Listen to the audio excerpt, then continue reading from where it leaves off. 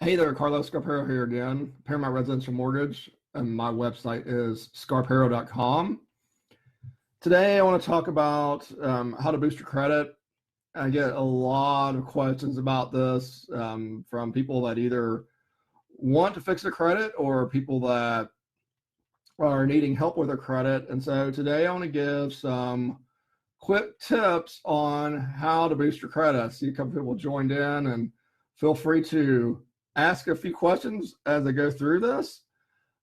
So what are some ideas to boost your credit? First of all, when doing FHA financing, which is the financing I typically do, the credit score we typically need is at least a 580.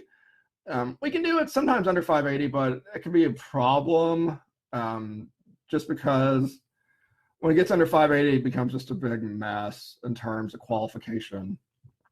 So 580 or higher, and if you can get higher than that, that's even better.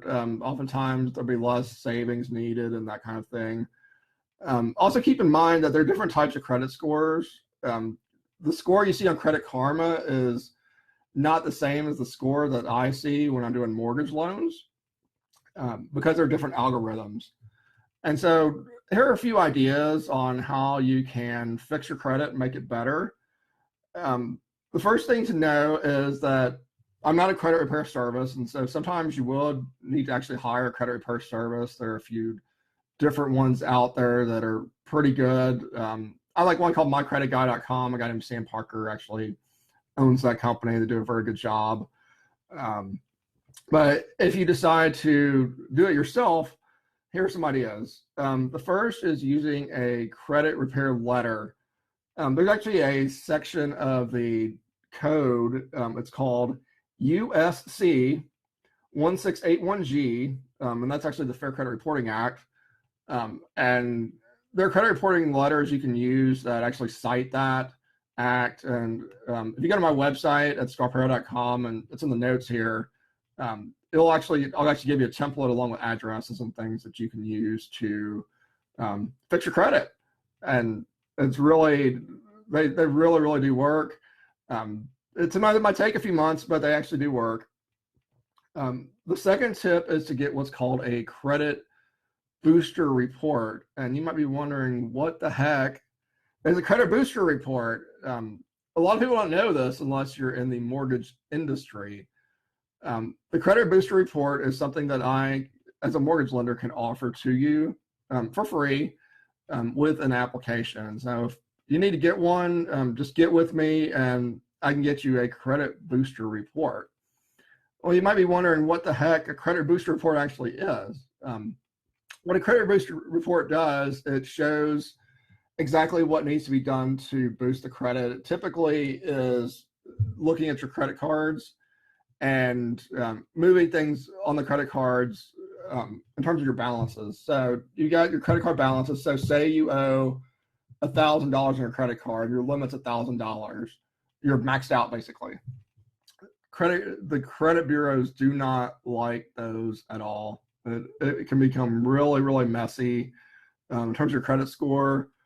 And the credit booster report will show you how to optimize that. Because you don't necessarily want to pay it down to zero either, because then it won't count at all.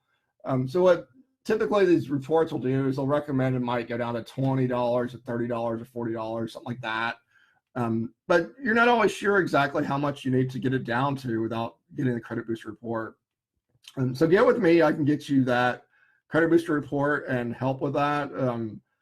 I pulled one today that the report actually gave tips that could raise the score by 85 points, believe it or not. It's insane. So yeah, but these things really do help. It really does. Next tip is keep your accounts open. Do not close your credit card account. I see people that will pay things off and then, oh, I'm going to close everything. Credit bureaus do not like that. It can become a problem because of just what I was talking about, where you have balances and you have your credit limits. And your credit limit and your balance, if you're showing as maxed out on a lot of things, it can be a problem. So don't do that. Keep your accounts open.